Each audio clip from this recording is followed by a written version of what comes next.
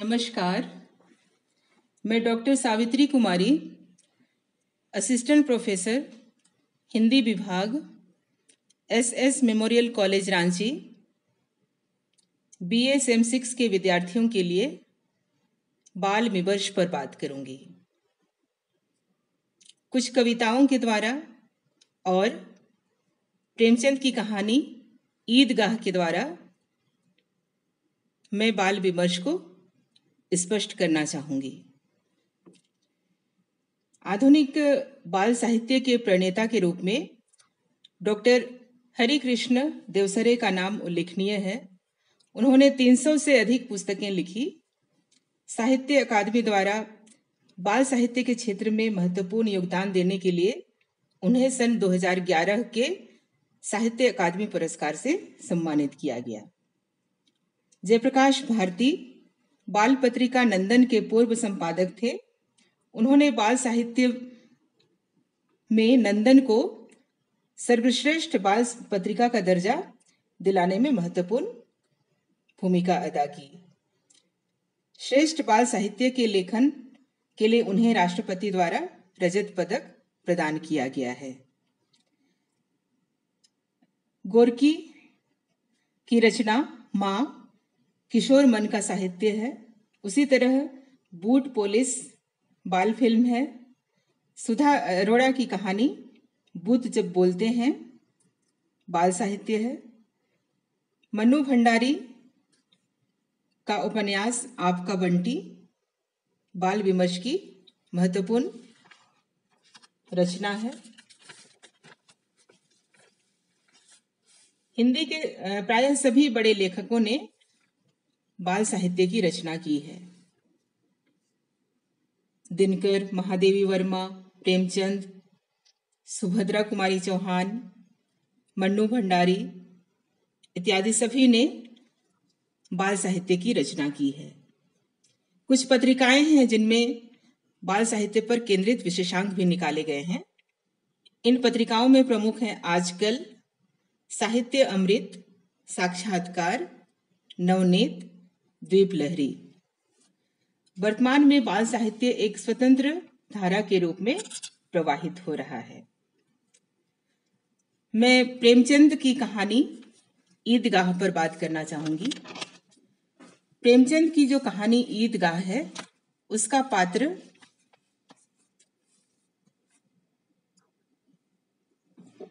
हामिद है। ईदगाह की प्रारंभिक पंक्तियां।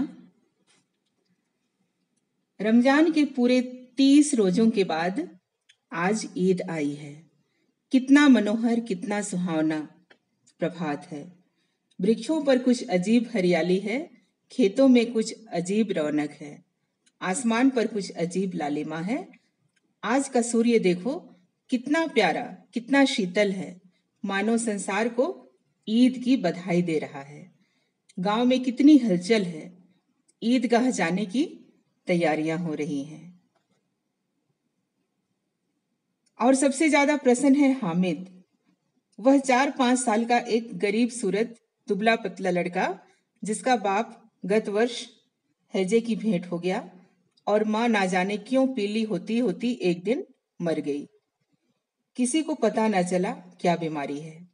कहती भी तो कौन सुनने वाला था। दिल पर जो कुछ बीतती थी वह दिल में ही सहती थी और जब न सहा गया तो संसार से विदा हो गई। अब हामिद अपनी बूढ़ी दादी अमीना की गोद में सोता है और उतना ही प्रसन्न है। उसके अब्बा जान रुपये कमाने गए हैं, बहुत सी थैलियां लेकर आएंगे। अम्मी जान अल्लाह मियाँ के घर से उसके लिए बड़ी बड़ी अच्छी अच्छी चीजें लाने गई है, इसलिए हामिद प्रसन्न है। आशा तो बड़ी चीज है और फिर बच्चों की आशा। उनकी कल्पना तो राई का पर्वत बना लेती है। हामिद के पांव में जूते नहीं हैं, सिर पर एक पुरानी धुरानी टोपी है जिसका गोट काला पड़ गया है, फिर भी वह प्रसन्न है। जब उसके अब्बा जान थैलियां और अम्मी जान नियामतें लेकर आएंगी तो वह दिल के अरमान निकाल लेगा। तब देखेगा महमूद, मोहसिन, नूरे और सम्मी कहाँ से उतने पैसे निकालेंगे। अभागिन अमीना अपनी कोठरी में बैठी रो रही है। आज ईद का दिन और उसके घर में दाना नहीं। आज आबिद होता तो क्या इसी तरह ईद आती और चली जाती। इस अंधकार और निराशा में वह डूबी जा रही थी। किसने बुलाया था इस निगोड़ी ईद को। इस घर में उसका कोई काम नहीं है। लेकिन हामिद, उसे किसी के मरने जीने से क्या मतलब। उसके अंदर प्रकाश है, बाहर आशा। विपत्ति अपना सारा दल बल लेकर आए, हामिद की आनंद भरी चितवन उसका विध्वंस कर देगी। कहानी आगे बढ़ती है। बच्चे ईदगाह जाते हैं और कुछ खरीदारी करते हैं। अब हामिद क्या खरीदता है। एक दुकानदार के पास जाता है। सबके सब खूब हंसेंगे कि हामिद ने चिमटा लिया है। हंसे मेरी बला से। उसने दुकानदार से पूछा, यह चिमटा कितने का है। दुकानदार ने उसकी ओर देखा और कोई आदमी साथ न देखकर कहा, यह तुम्हारे काम का नहीं है जी। बिकाऊ क्यों नहीं है और यहाँ क्यों लादे लाए हैं। बिकाऊ है क्यों नहीं तो बताते क्यों नहीं। कै पैसे का है। 6 पैसे लगेंगे। हामिद का दिल बैठ गया। ठीक ठीक 5 पैसे लगेंगे। लेना हो तो लो, नहीं तो चलते बनो। हामिद ने कलेजा मजबूत करके कहा, 3 पैसे लोगे। यह कहता हुआ वह आगे बढ़ गया कि दुकानदार की घुड़कियां न सुने। लेकिन दुकानदार ने घुड़कियां नहीं दी, बुलाकर चिमटा दे दिया। हामिद ने उसे इस तरह अपने कंधे पर रखा मानो बंदूक है और शान से अकड़ता हुआ संगियों के पास आया। उधर उसकी दादी घर में हामिद का इंतजार कर रही है। अमीना उसकी आवाज सुनते ही दौड़ी और उसे गोद में लेकर उठाकर प्यार करने लगी। सहसा उसके हाथ में चिमटा देखकर वह चौंकी। यह चिमटा कहाँ था। मैंने मोल लिया है। कै पैसे में। 3 पैसे दिए। अमीना ने छाती पीट ली। यह कैसा बेसमझ लड़का है कि दोपहर हुआ, कुछ खाया न पिया। लाया क्या यह चिमटा। सारे मेले में तुझे और कोई चीज ना मिली जो यह लोहे का चिमटा उठा लाया। हामिद ने अपराधी भाव से कहा, तुम्हारी उंगलियां तवे से जल जाती थी, इसलिए मैंने इसे ले लिया। बुढ़िया का क्रोध तुरंत स्नेह में बदल गया और स्नेह भी वह नहीं जो प्रगल्भ होता है और अपनी सारी कसक शब्दों में बिखेर देता है। यह मूक स्नेह था, खूब ठोस, रस और स्वाद से भरा हुआ। बच्चे में कितना त्याग, कितना सद्भाव और कितना विवेक है। दूसरों को खिलौने लेते और मिठाई खाते देखकर उसका मन कितना ललचाया होगा। इतना जब्त इससे हुआ कैसे। वहां भी उसे अपनी बुढ़िया दादी की बात याद बनी रही। अमीना का मन गदगद हो गया। और अब एक बड़ी विचित्र बात हुई, हामिद के इस चिमटे से भी विचित्र। बच्चे हामिद ने बूढ़े हामिद का पार्ट खेला था। बुढ़िया अमीना बालिका अमीना बन गई। वह रोने लगी, दामन फैलाकर हामिद को दुआएं देती जाती और आंसू की बड़ी बड़ी बूंदें गिराती जाती थी। हामिद इसका रहस्य क्या समझता। इस कहानी में प्रेमचंद ने अपनी दादी के प्रति हामिद के लगाव को बहुत अच्छे तरीके से व्यक्त किया है।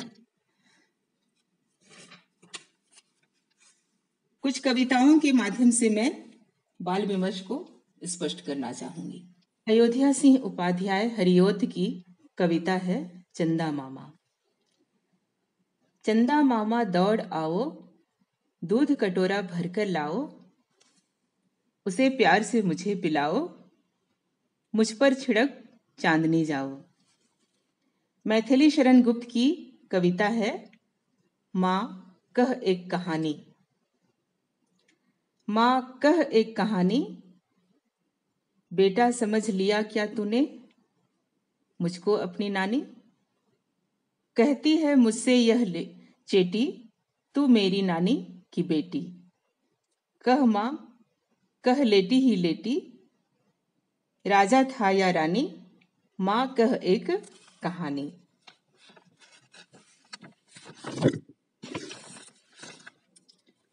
राम नरेश त्रिपाठी की कविता है मामी निशा।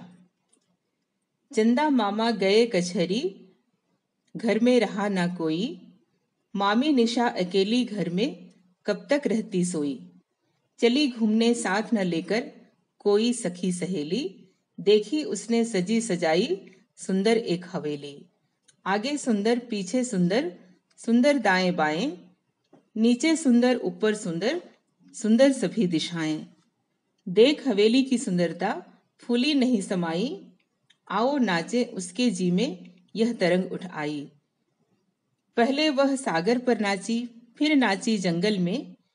नदियों पर नालों पर नाची, पेड़ों के झुरमुट में। फिर पहाड़ पर चढ़ चुपके से वह चोटी पर नाची। टूट गया नौलखा हार जब मामी रानी रोती। वहीं खड़ी रह गई छोड़कर यूं ही बिखरे मोती। पाकर हाल दूसरे ही दिन चंदा मामा आए। कुछ शर्मा कर खड़ी हो गई मामी मुंह लटकाए।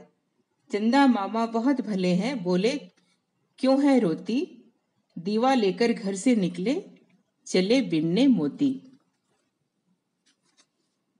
दिनकर ने बाल साहित्य भी लिखा है। सूरज का ब्याह उनका बाल साहित्य है, बाल उपयोगी काव्य रचना है। इसमें कुल 9 कविताएं हैं। सूरज का ब्याह पहली कविता है। साथ ही मेमना और फेड़िया, चांद का कुर्ता, ज्योतिषी तारे गिनता था, चील का बच्चा, बालक और बर्रे, खर्रा और कुत्ता, बालक हमीर, चतुर सुअर इस कविता संग्रह की कविताएं हैं। ज्योतिषी तारे गिनता था कविता के मूल में यह बात है कि कर्म करते समय भी खास समझदारी की आवश्यकता है, नहीं तो ज्योतिषी जैसी दुर्गति हो सकती है। इस कविता की पंक्तियां, अरे किस पर यह संकट घिरा, कुएं में कौन बेचारा गिरा। चलो मत आंख नीचे ही, देख लो जब तब नीचे भी। नखत वह सारे गिनता था, ज्योतिषी तारे गिनता था। इसी संग्रह में चांद का कुर्ता कविता है। इस कविता की पंक्तियां देखिए। हटकर बैठा चांद एक दिन,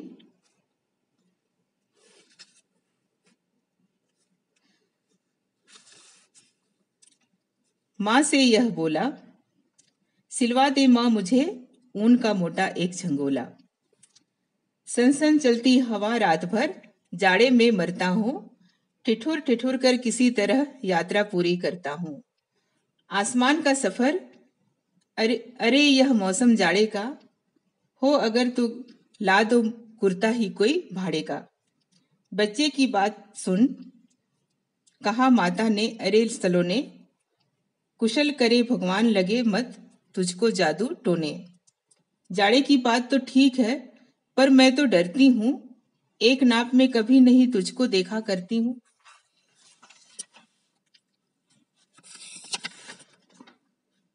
अभी एक अंगुल भर चौड़ा, कभी 1 फुट मोटा। बड़ा किसी दिन हो जाता है और किसी दिन छोटा। घटता बढ़ता रोज किसी दिन ऐसा भी होता है, नहीं किसी की भी आंखों को दिखाई पड़ता है। अब तू ही ये बता, नाप तेरा किस रोज लिवाएं। सिल दे एक झिगोला जो हर रोज बदन में आए। मिर्च का मजा दिनकर का काव्य संग्रह है, बाल काव्य है। इसमें भी 7 बाल उपयोगी कविताओं का संकलन है। यह 1951 ईस्वी में प्रकाशित हुआ था। इन कविताओं के नाम है मिर्च का मजा, पढ़कू की सूझ, चूहे की दिल्ली यात्रा, अंगल कुदान, लाला काला, एक न छोड़ूंगा, मामा के लिए आम, झब्बे का परलोक सुधार।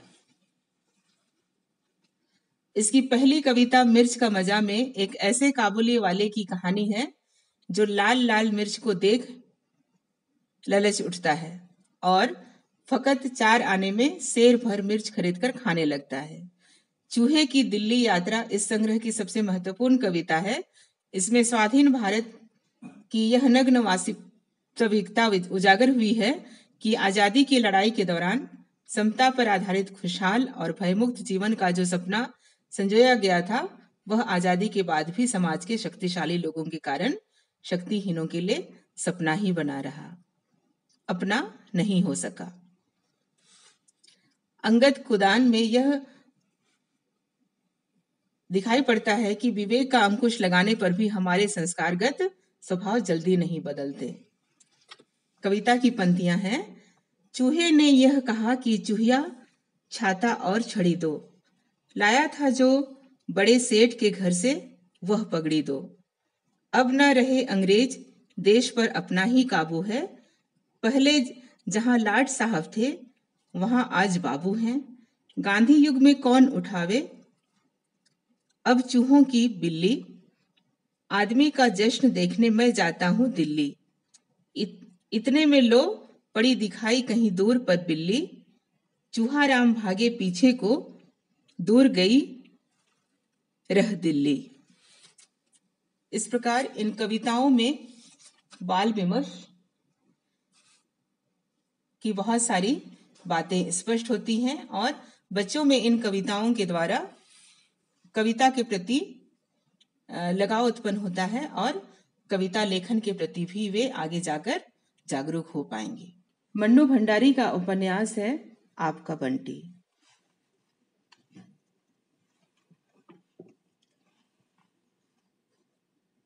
इस उपन्यास में बंटी की पीड़ा को देखा जा सकता है।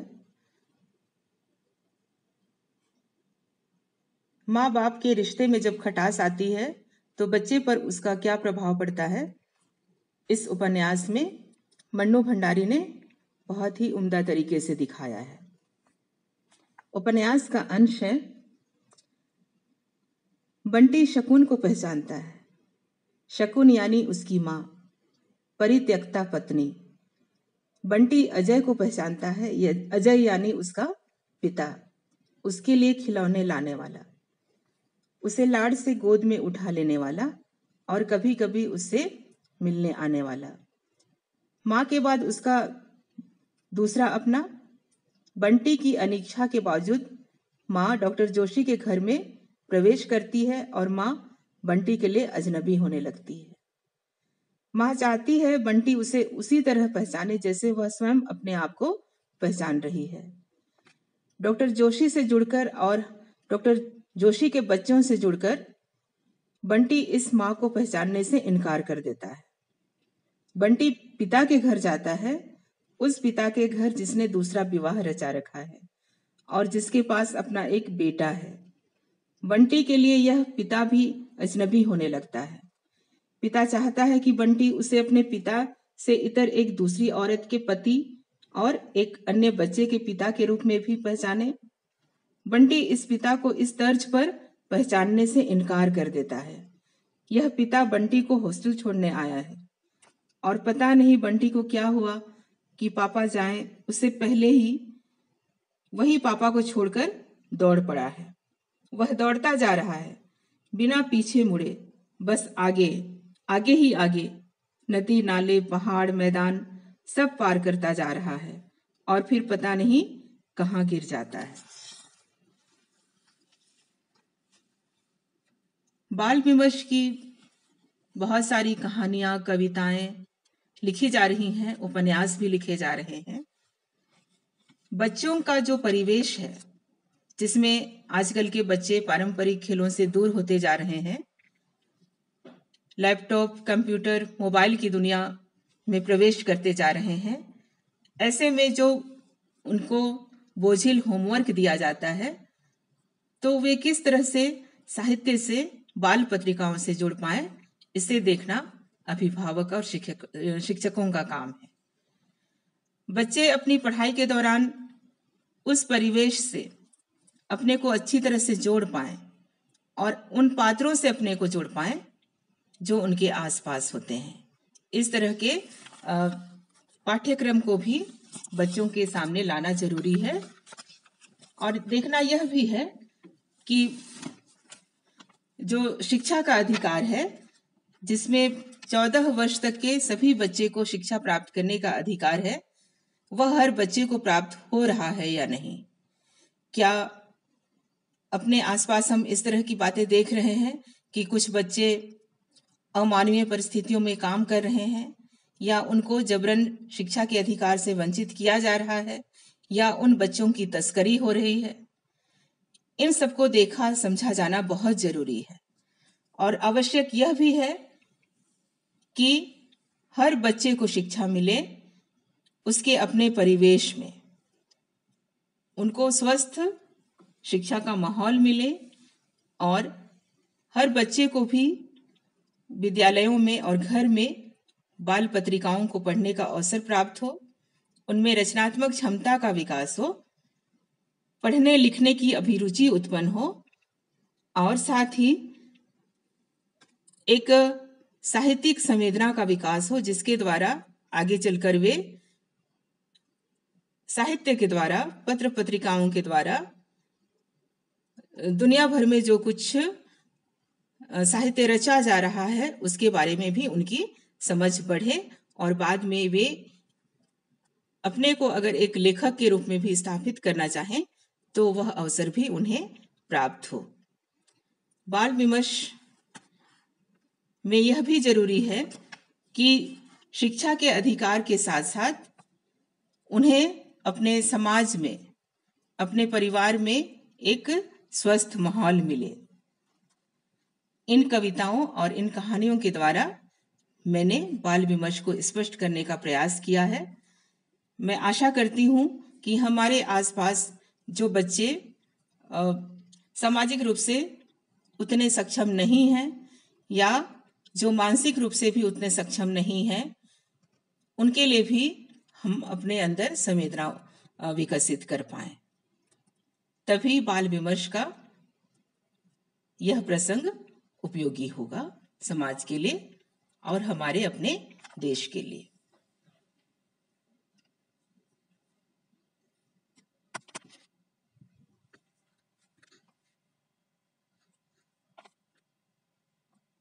चित्रा मुद्गल की कुछ कहानियों के द्वारा भी बाल विमर्श को स्पष्ट किया जा सकता है।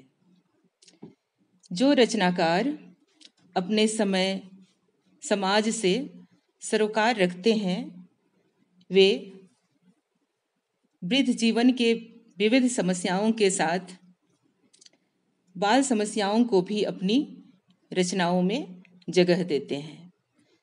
चित्रा मुद्गल की कहानी दशरथ का वनवास बाल मनोविज्ञान पर केंद्रित कहानी है। कहानी में बेटे के प्रति पिता की सख्ती और अनुशासन बेटे रमानाथ को पिता से दूर कर देता है। त्रिशंकु कहानी एक दूसरी कहानी है। इस कहानी में बंडू अपने माता पिता और बहन के होते हुए भी जीवन में अनाथ की तरह जीवन बिताने के लिए अभिशप्त हो जाता है। उसकी यह पीड़ा बाल विमर्श की विडंबनापूर्ण पीड़ा है। जो बच्चे घर से किसी कारणवश भाग जाते हैं, डांट फटकार से या किसी और कारण से, वे असामाजिक तत्वों के हाथ में चढ़ जाते हैं। असामाजिक तत्वों के हाथ में चढ़ जाने से कई प्रकार से उनका शोषण होता है। वे किसी गिरोह में शामिल कर लिए जाते हैं, या फिर दुर्घटनाग्रस्त हो जाते हैं और मृत्यु को प्राप्त होते हैं। अगर किशोरी लड़की होती है तो उसके साथ न जाने कितने प्रकार के जुल्म ज्यादती होते होंगे। तो इन सारी स्थितियों को बाल विमर्श के अंतर्गत कहानी में, कविता में लाया जा रहा है। और ये सारी समस्याएं बाल विमर्श की बहुत जरूरी समस्याएं हैं। इन पर ध्यान देना हर रचनाकार का दायित्व है।